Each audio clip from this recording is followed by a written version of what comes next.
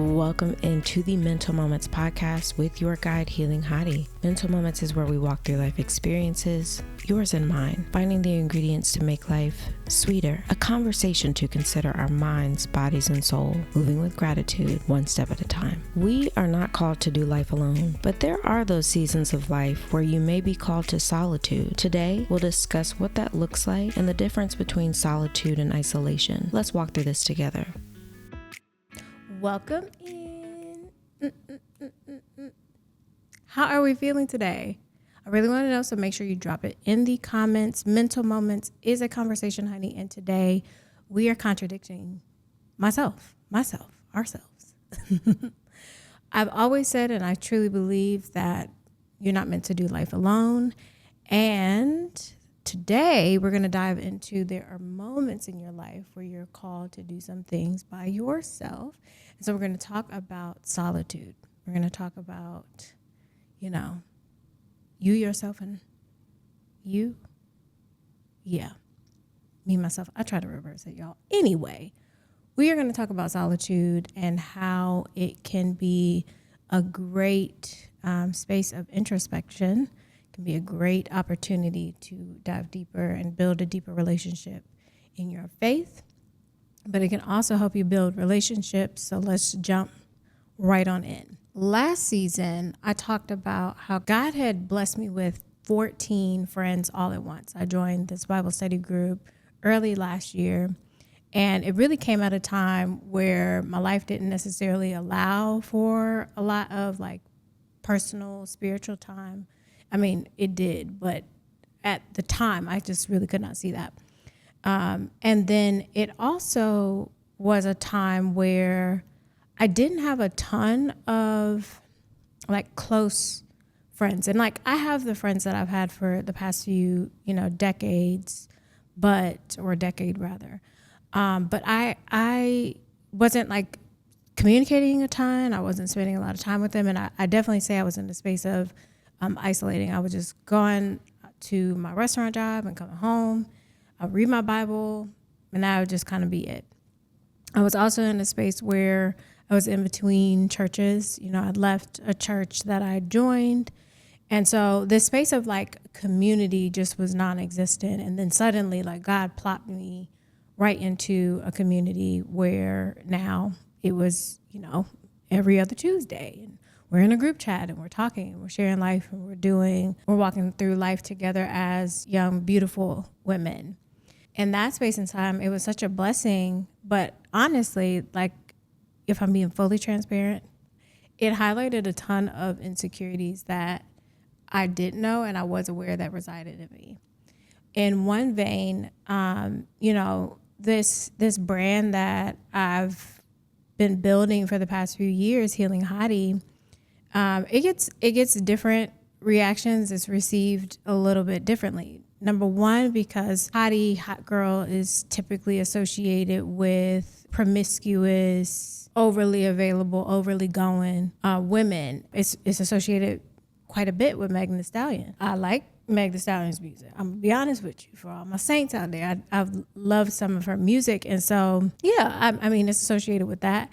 It's not why I've called myself, Healing Hottie, but it's often associated with her brand. So that's number one. Number two, I tend to be very vulnerable. And I walked into a few Bible studies where I just left it all right there on the floor. And I was very open and transparent. And I don't know exactly how it was received sometime. I don't know if that made people uncomfortable. I don't know if that necessarily added to the space. And so I would spend some time thinking about that more than the beauty of bringing us together. And then, I would say the third thing was, and don't come for me, or come for me if you want to. Let's have a conversation. Unfortunately, and I will not say that this existed in this group. I'm just saying that unfortunately, sometimes when you get a group of women together, it can be very people don't always extend the best energy. Sometimes it could be a little catty. It could be a little bit messy. It could be a few different things. but not always a positive space. And so coming into this new space, I don't really know many of these women. I think I knew 2 or 3 outside I had met previously. And it's important to note that like this group started from like a larger Bible study group that we were all a part of. Now we're in this small group, we're in a confined space, we're, being very transparent. People are crying, every other week. We are praying together. We are really encouraging each other through things. And because I have not had the best experiences with building relationships with new women in the past, and I won't say that's all of my past, but in the past, there's just been cases of that. This brand that God has called me to build, it has some negative connotations in media. It's attached to, a totally different lifestyle. And, I'm going to be honest, at the time when I built this brand, I was living a very different lifestyle.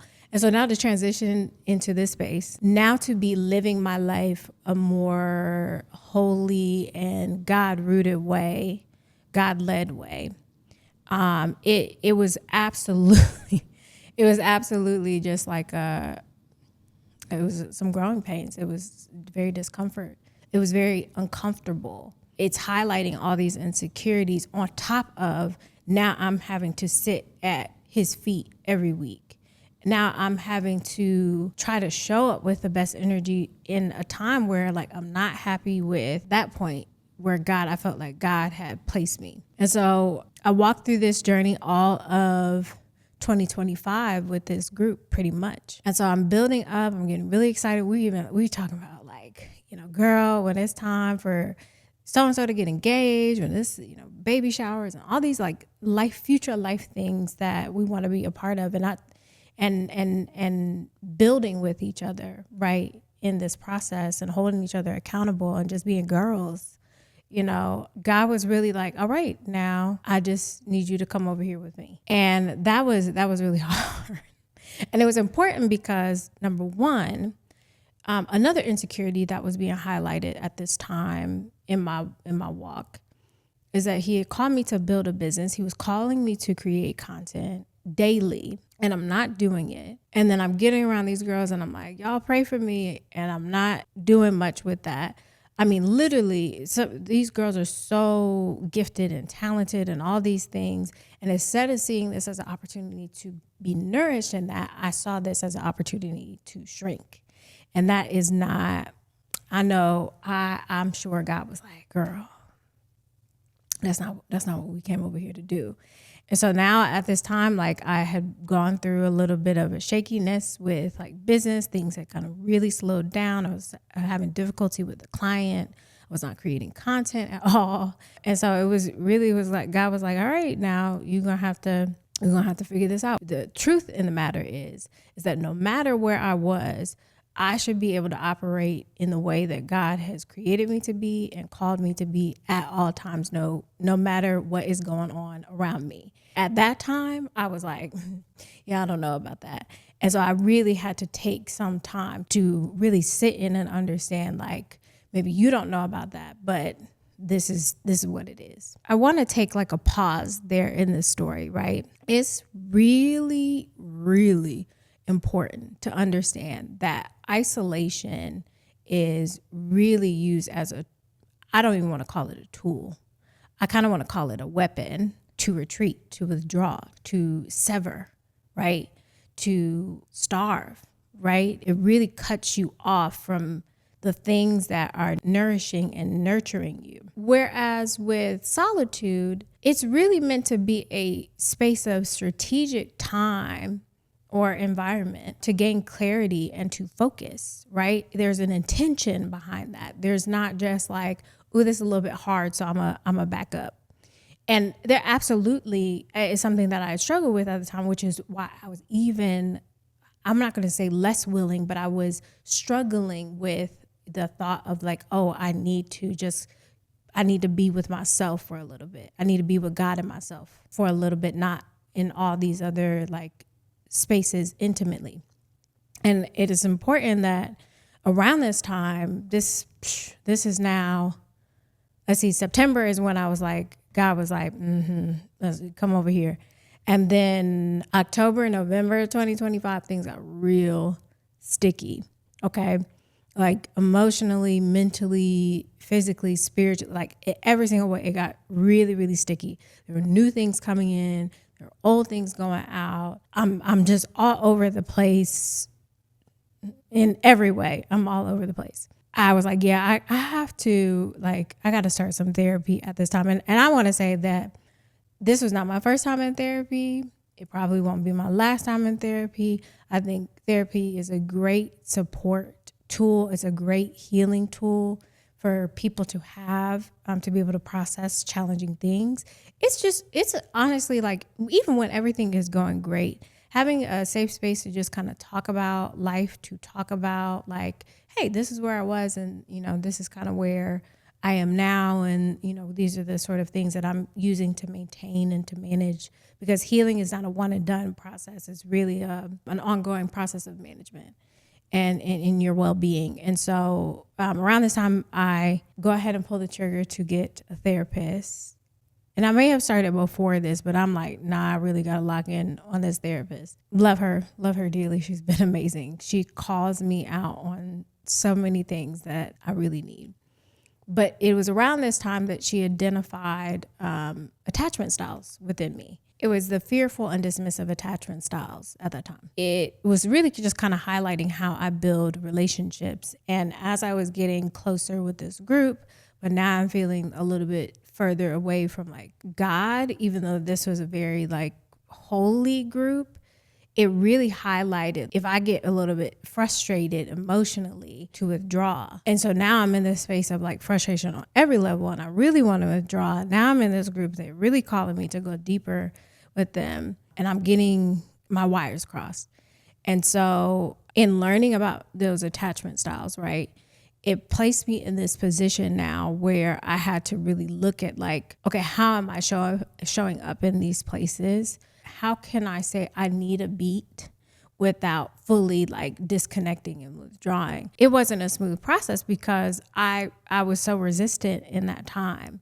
But one of the things that I did really well, and which we'll get into, is that communication is so important for our overall well-being. Like how we communicate with God, how we communicate with ourselves, how we communicate with others really shifts like the quality of life, right? And even everything can be on fire, but if you can learn how to communicate like what you need and what's not working, and like I got to take a minute, those sort of things, if you can communicate that, learn to communicate that, and be willing to communicate that, it really shifts the quality of your life deeply. Around this time I get to December, I'm like, okay, I know I gotta make some shifts. I gotta make some changes. It was around that time I'm beginning to record season 1 of this podcast. And I was like, okay, like we gotta go all in. And because the bad muscle memory of like when you have to take a beat, it really resembled some of my actions resembled isolation mentally and outwardly, because I was like, I don't know about this. I'm not sure.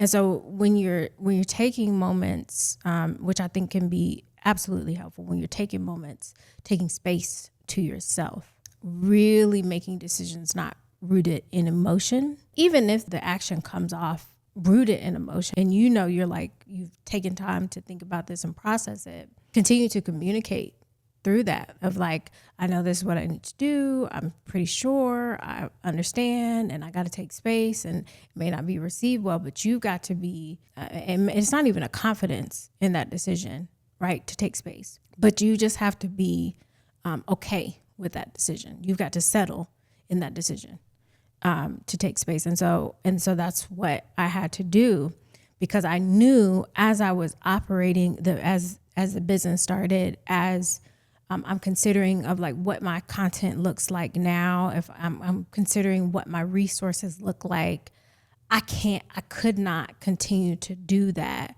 with the opinions of a bunch of different people. Like I really had to get with God, sit at his feet and get clear. And I was able to do that in December. But I know that if I had not taken that time to do that, you would not be getting a season 2 of this podcast.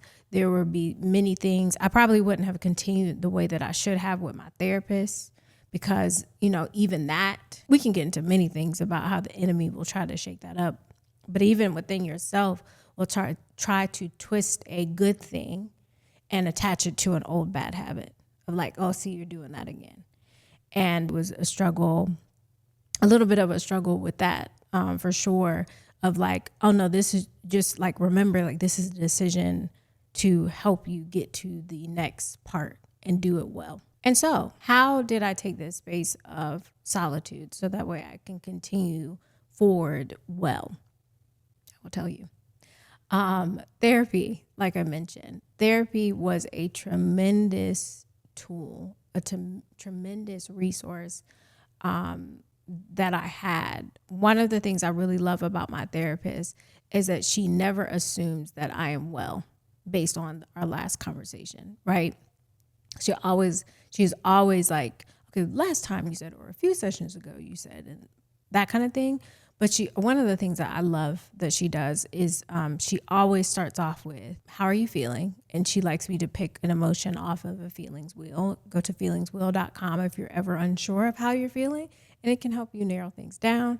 And then she asked me to rate it on a scale of 1 to 5. She asked me about my roses and my thorns. She asked about any harmful ideations. And she always starts like that, without fail, having that layer of consistency, not assuming that I'm well, but also not like, you were a little rough the last time, like how you feeling today? Having that space of like true check-in has tremendously helped me in this space of just building, just working with the space of solitude. Honestly, I'm social, but in my like day-to-day, I don't talk to a lot of my core people all the time, even my family. Like I'm very to myself right now, because what I am building, all the things that I'm building, even this, like the development of this podcast has taken like time where I just needed to pull back and see things from a higher point of view.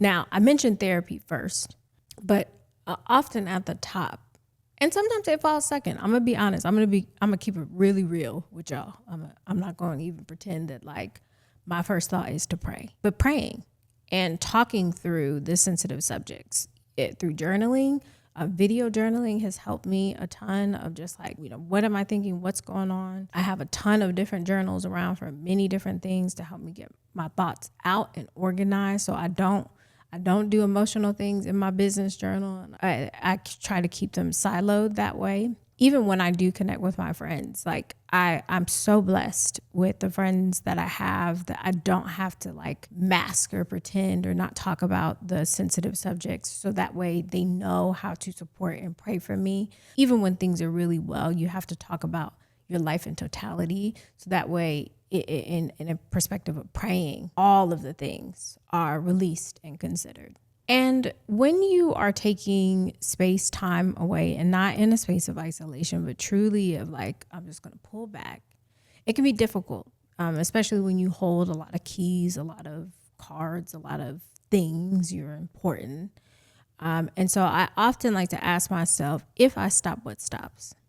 Like, is there anybody else could do it? Is there anybody else who would see that I stopped and care to check in that I've stopped? Is there things that I could communicate that would allow me to stop? And the beautiful thing in that answer to that question, unless you are taking care of, or you're a caretaker of some sort, right? Everybody has their own lungs, their own mechanisms to breathe, their own hearts, their own everything. And so you stop doing all that you're doing, life's going to keep going on in some form or fashion. Even if it's not a stop forever, a stop right now does not mean the end of the world. And that has been like crucial in like the things that I was holding and trying to manage at the time. Because the other thing is like in that time, I highlight the friend group a ton, but there were so many things going on personally within my family and a plethora of other things that I was holding way too much. But I didn't even have the space. I didn't even have clear vision to see that I was holding too much. This question, if I stop, what stops? It has truly transformed my approach to everything, right? It's a great reminder that I am not God. Okay, I'm not God. I'm not in control of everything. I cannot be in control of everything. I do not want to be in control of everything. And just like walking through that process as many times as I need to really helps to ground me in this space and time. Another thing that can really help root you in when you're in spaces of solitude, right? And not see it as isolation, go out in public, go to events and go alone. This has been a game changer. A lot of times I'll be like, okay, well, so-and-so is not available. And so, I'm just going to kind of wait and, when they are available, and I'm not going to go and I'm just going to keep to myself. And I still go to events often. I'm still out there and I'm still, experiencing life. I'm still living life. I'm still being in this space of like, I'm really just focusing where God wants me to be. And that's perfectly fine. But I'm not just going to sit around and work all the time. I'm going to experience life and I'm going to do it by myself. And what I found is that I met like new people that I don't necessarily feel like I got to stay connected to. I've met new people that I'm like, man, I would love to stay connected to them. And it's allowed me to work those muscles of like, oh no, this is who I am. And I'm showing up as me, fully as me, no matter what, and to total strangers, right? And I'm still staying connected to those friends that know me and know me well. And allowing them to see me and come along with me for the ride, even when I take more space or there's, less time or more time rather between the check-ins. And then the other thing that has like transformed my life, honestly, I started doing this because of a past relationship, and it's writing down who you are, reading it daily. And then something I've incorporated this year is supporting it with scripture. And that may not be your belief, but for me, my core scriptures are 2 Samuel 22, verse 31. And this really helps me like reaffirm my trust in God often because I do nothing in my own strength. I'm breathing because of him. And this allows me to just like sit back a little bit in that, just alone time. Proverbs 8:32 through 36. And this is one that like really encourages me to seek out wisdom early and often and do nothing in my own strength, but truly like reevaluate my approach sometimes. And then my favorite scripture of all, like one of my favorite, I can't even say my favorite scripture, but like one of the ones that just like really encourages me, like this is who you've been created to be, is Matthew 5:14 through 16. Every time I want to even think about shrinking, this just ignites a new fire within me. When I'm not feeling strong, 2 Corinthians 12:9 through 10, that is one of like my all-time go-tos when I'm just like, I don't have it. I am not equipped. This just encourages you where you feel weak. He is strong. This just encourages you again in those spaces where you don't feel like you have it all, that like this is how things are perfected. This is the way that you don't have to feel like you're carrying all that load. This is where I go to when I ask that question, if I stop, what stops? And then finally, even though I'm in a space of solitude now, right? I know that won't be forever because we're not meant to do life alone. And Hebrews 11, all of 11, is just a reminder of like the promises, faith for those moments beyond solitude, faith for those things when I am out and I'm deeply connected with people and in the world and all those things, like, and not to lose grip of my faith. We are not meant to do life alone.